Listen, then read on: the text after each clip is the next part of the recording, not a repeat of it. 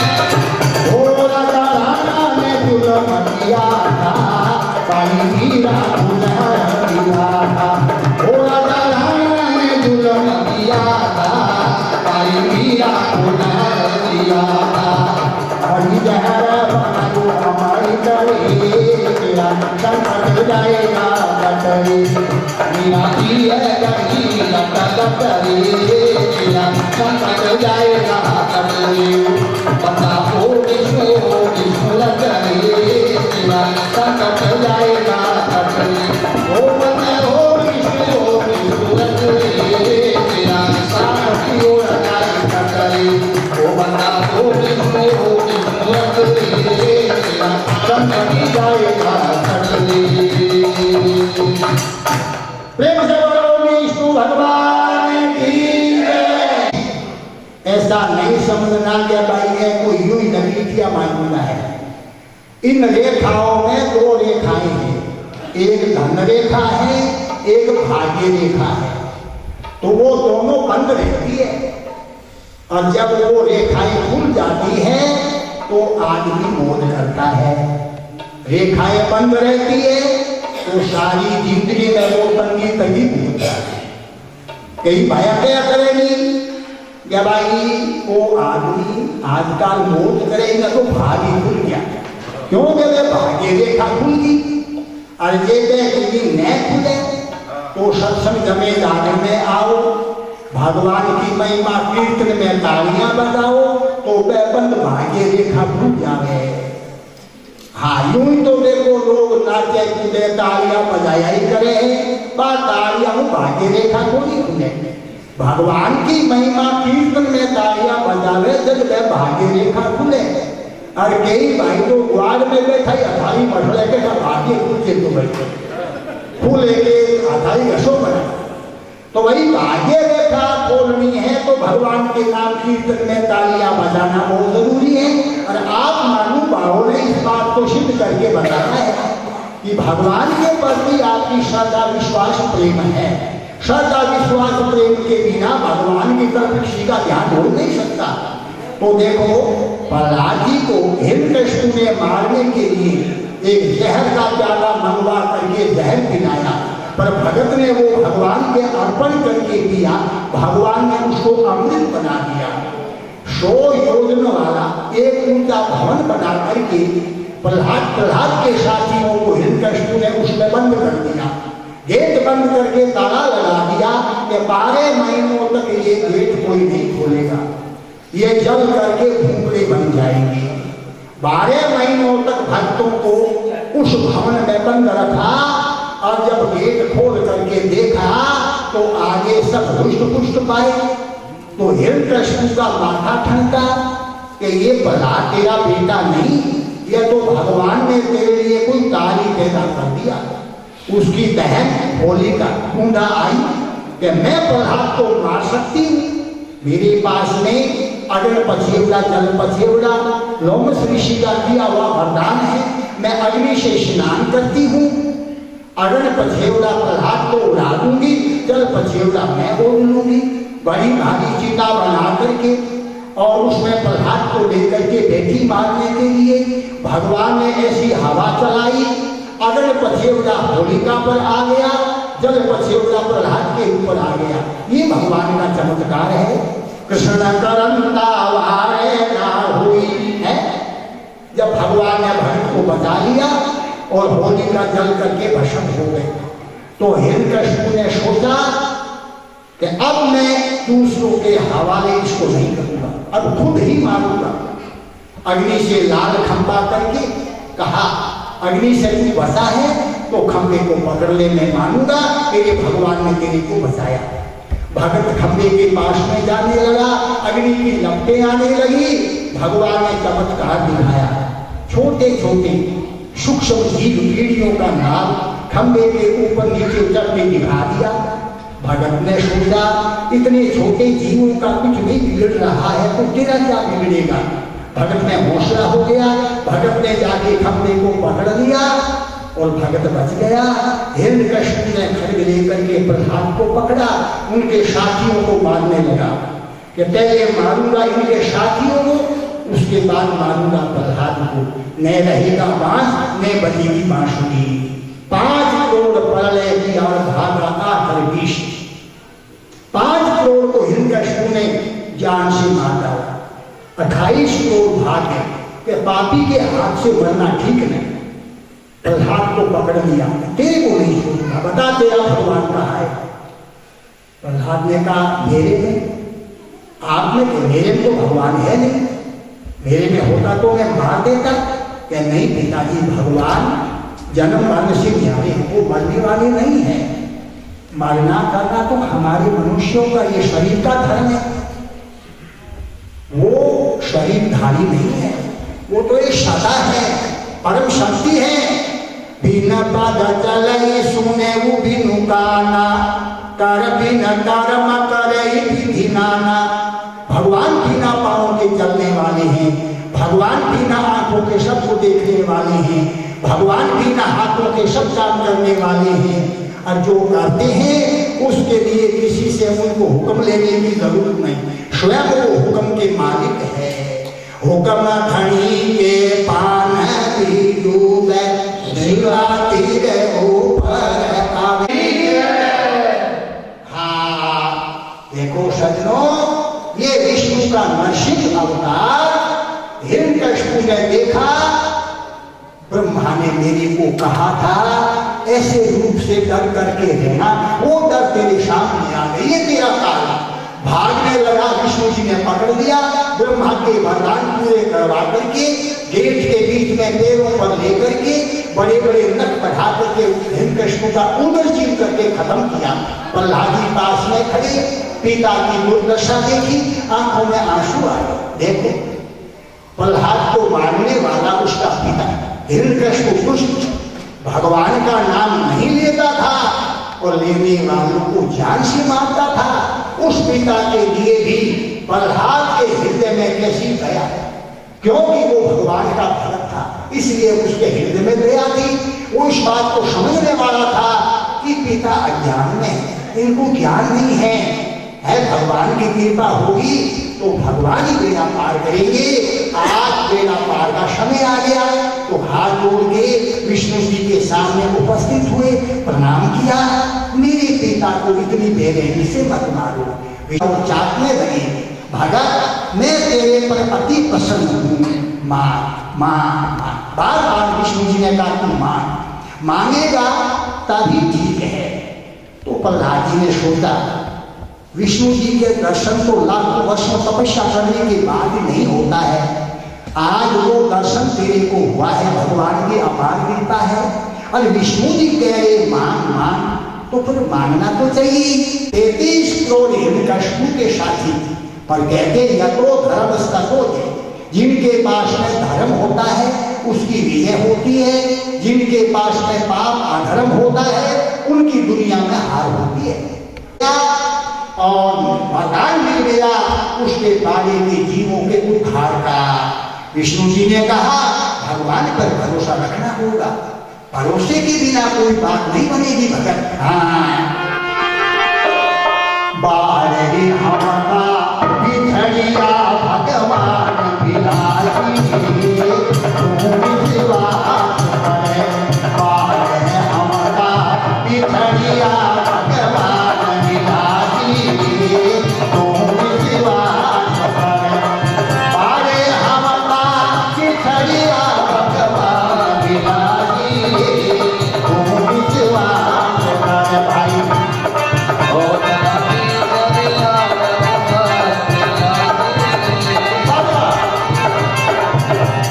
जब जब होवे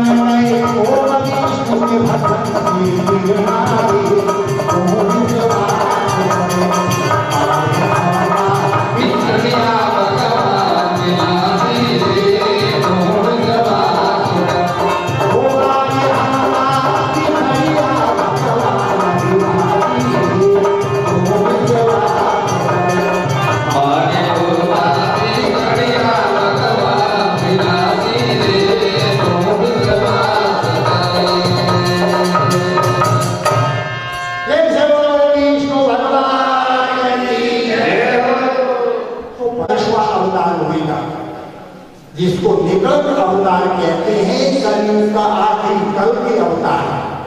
उस अवतार में मैं तेरे बारे के जीवों को तेरे से मिला दूंगा, तेरे साथ में तेरा पार कर दूंगा। तब प्रहलाद जी बड़े खुश होकर के भगवान की स्तुति करने लगे।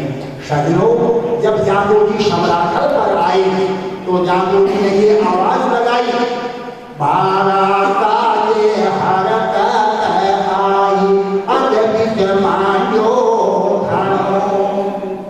के 5 करोड़ प्रहलाद जी के साथ में 7 करोड़ हरिश्चंद्र जी के साथ में 9 करोड़ युधिष्ठिर जी के साथ में 21 करोड़ पार हो गए, पर बाकी रह गए 12 करोड़। ये मुश्किल आ गई तो जाम्बोजी ने कहा, मैं सम्राटल आया हूँ उन 12 करोड़ जीवों को तारक मंत्र देने के लिए, और मैं कोई मनमुखी नहीं आया। शंभु का फरमाया आया बेचा जगत जाए। शंभु विष्णु को कहते हैं, ये विष्णु का फरमाया है। 12 करोड़ जीवों को तारक मंत्र देने के बाद मैं ज्यादा नहीं ठहरूंगा, मैं स्वर्ग से आया हूं और वापिस स्वर्ग में चला जाऊंगा। तो सजनों, जाम्बोजी ने भी 10वें अवतार का वर्णन किया। 10वें काली के नव अवतार नमो नारायण तिरपन रूप हमारा थीम का मतलब है कि विष्णु जी युग युग में अवतरे और वो नर रूप में आए। जैसे राजा बलि के द्वार जासन आए नर हरि नर के रूप में आए, और 10वां भी नर के रूप में आएंगे कल की अवतार लेकर के। हे लोगों, तुम विश्वास रखना।